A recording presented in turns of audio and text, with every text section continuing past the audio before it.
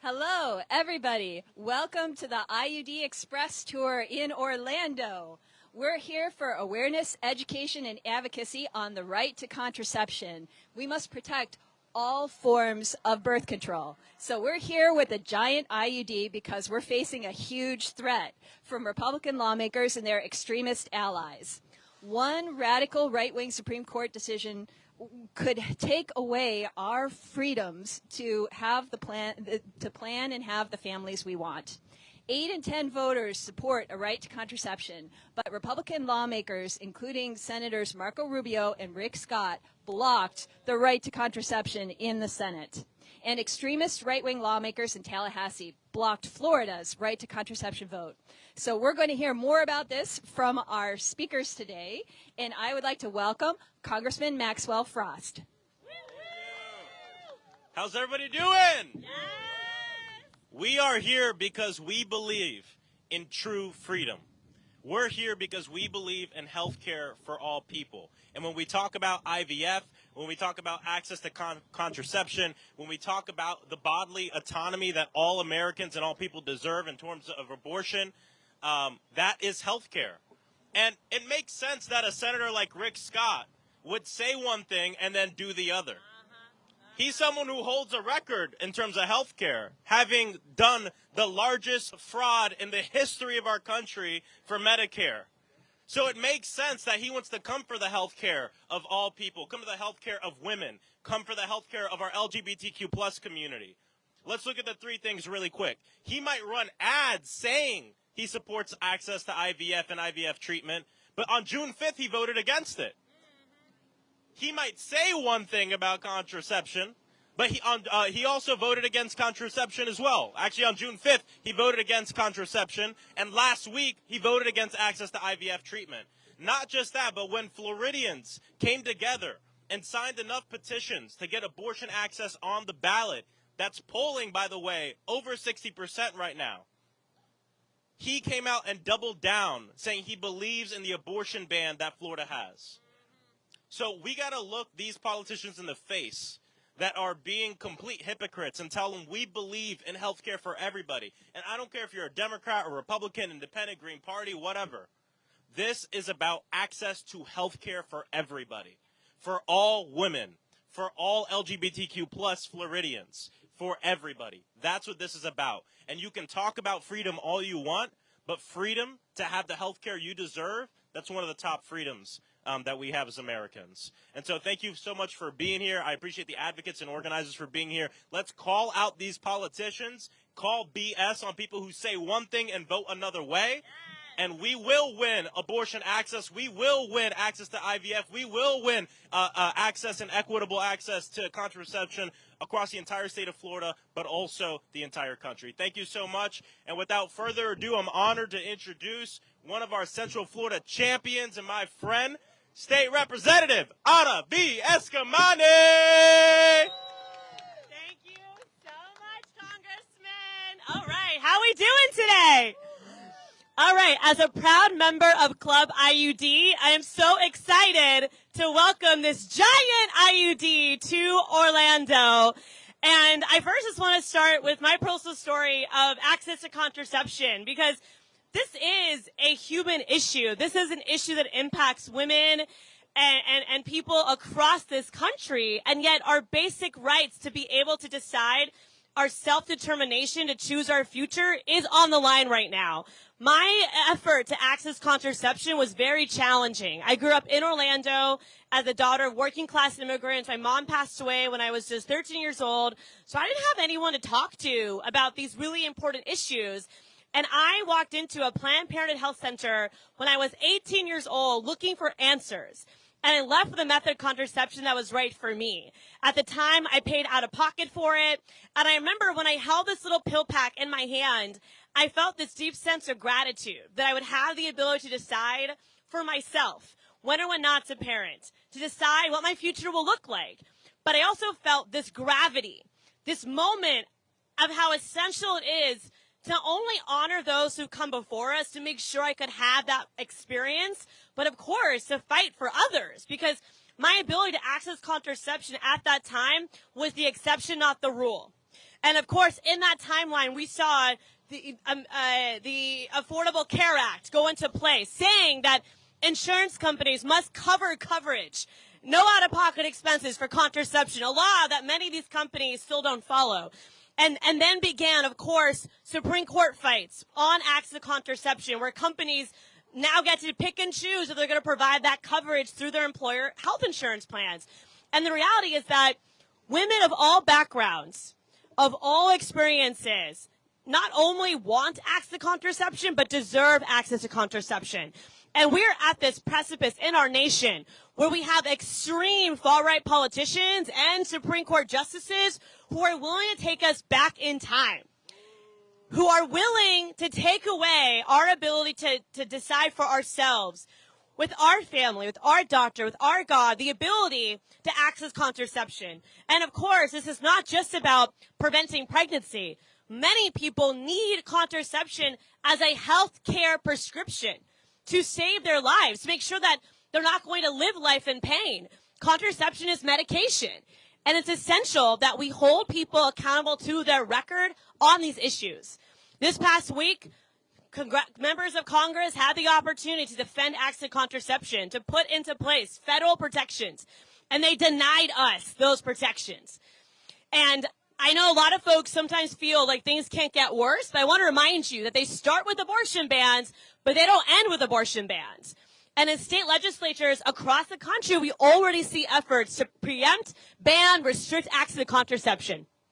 And so as a proud IUD user today, I refuse to go back. I refuse to live in a world where I cannot decide for myself when or when not to parent. I refuse to live in a world with those girls who come after me, those young women as they grow up, will have less rights than me. I refuse for that to be the reality. And so thank you so much for being here. Let's continue to amplify and share our stories of access to contraception. Let's push back against the extremism that's working to take it away from us. And with that, I'm excited to welcome to the podium one of my amazing colleagues and champion for all of these issues, Representative Johanna Lopez. Thank you, Anna. Thank you. Thank you all for being here today. I stand before you to address a deeply concerning issue, Senator Rick Scott's recent votes against in vitro fertilization and contraception.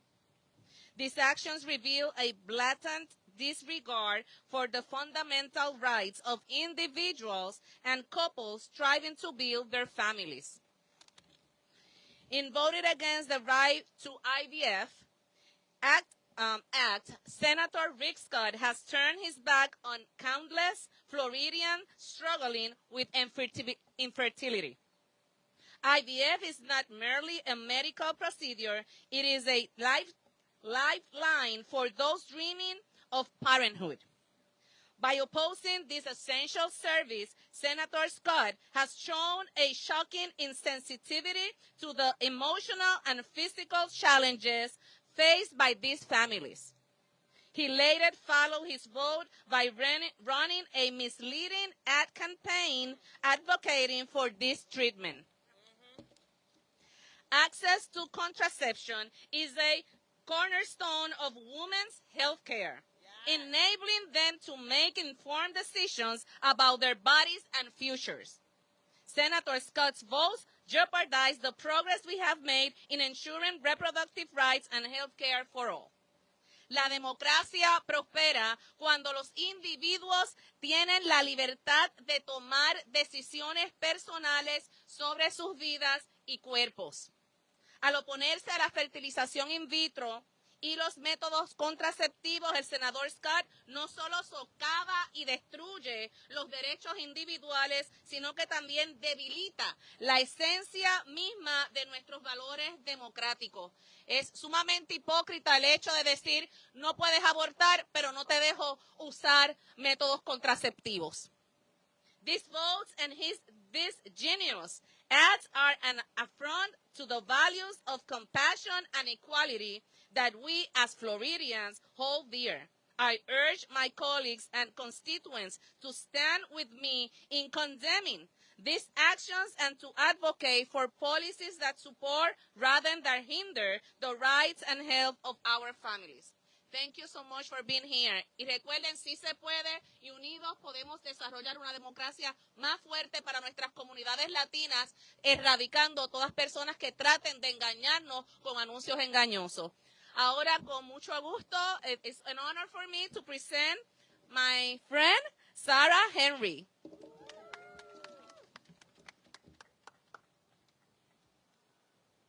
Thank you so much, Representative, and for all of you for being here. My name is Sarah Henry, and I'm running to flip Florida's House District 38 from red to blue.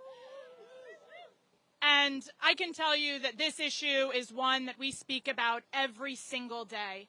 I got my start in advocacy as an abortion clinic escort when I was just in high school. And that experience working at a clinic where patients seeking the health care they were entitled to, both legally and morally, were under relentless attack from folks who did not believe that not only did they have the right to control their destinies, but they did not even have the right to choose the health care that was appropriate for them. Now, as an adult and an advocate here in Seminole County and Central Florida, we hear these stories every single day. We hear from women who were nurses in the 70s, who understand that now, as grandmothers and as great-grandmothers, their grandchildren are at risk of experiencing the same denials that their patients did 50 years ago. We speak to people who are worried that their daughter, who is going through IVF to have a desperately wanted child, will not only not have access in the future to the IVF care that she desperately wants, but more critically may not have access to the emergency care that she may desperately need as a result of this treatment. We are living in a world where we have an extremist, out-of-control party at the top of the Florida state government who not only does not care whether or not Florida's women have access to the care they need, have the right to control their destiny, but fundamentally do not care whether I and the women I love live or die. I know that we cannot afford to continue to live in this world, which is why our leaders are propagating these lies. They know that this policy, that these bans, that denying us access to contraception is not popular, it is not morally just, and the women of Florida and the people that love them will not stand for it. It is my honor to introduce my friend, my neighbor in Seminole County, and a woman whose advocacy I deeply admire, Marsha Summersill.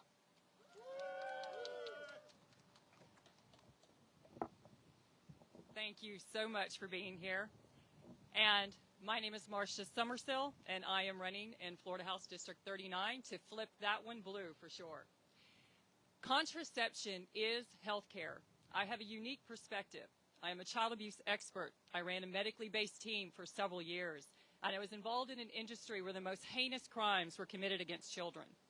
Part of the care that we provided at Victim Services Center, at advocacy centers, is contraception care when a child comes in as a result of an assault. This is not just an individual who has the choice to determine whether or not she wants to have a family, whether or not she needs this service in order to address the issues going on with her reproductive system. This is more. This is extremely important.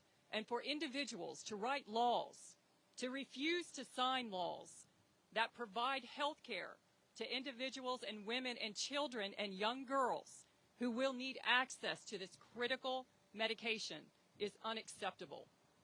We're here because it's time for a change.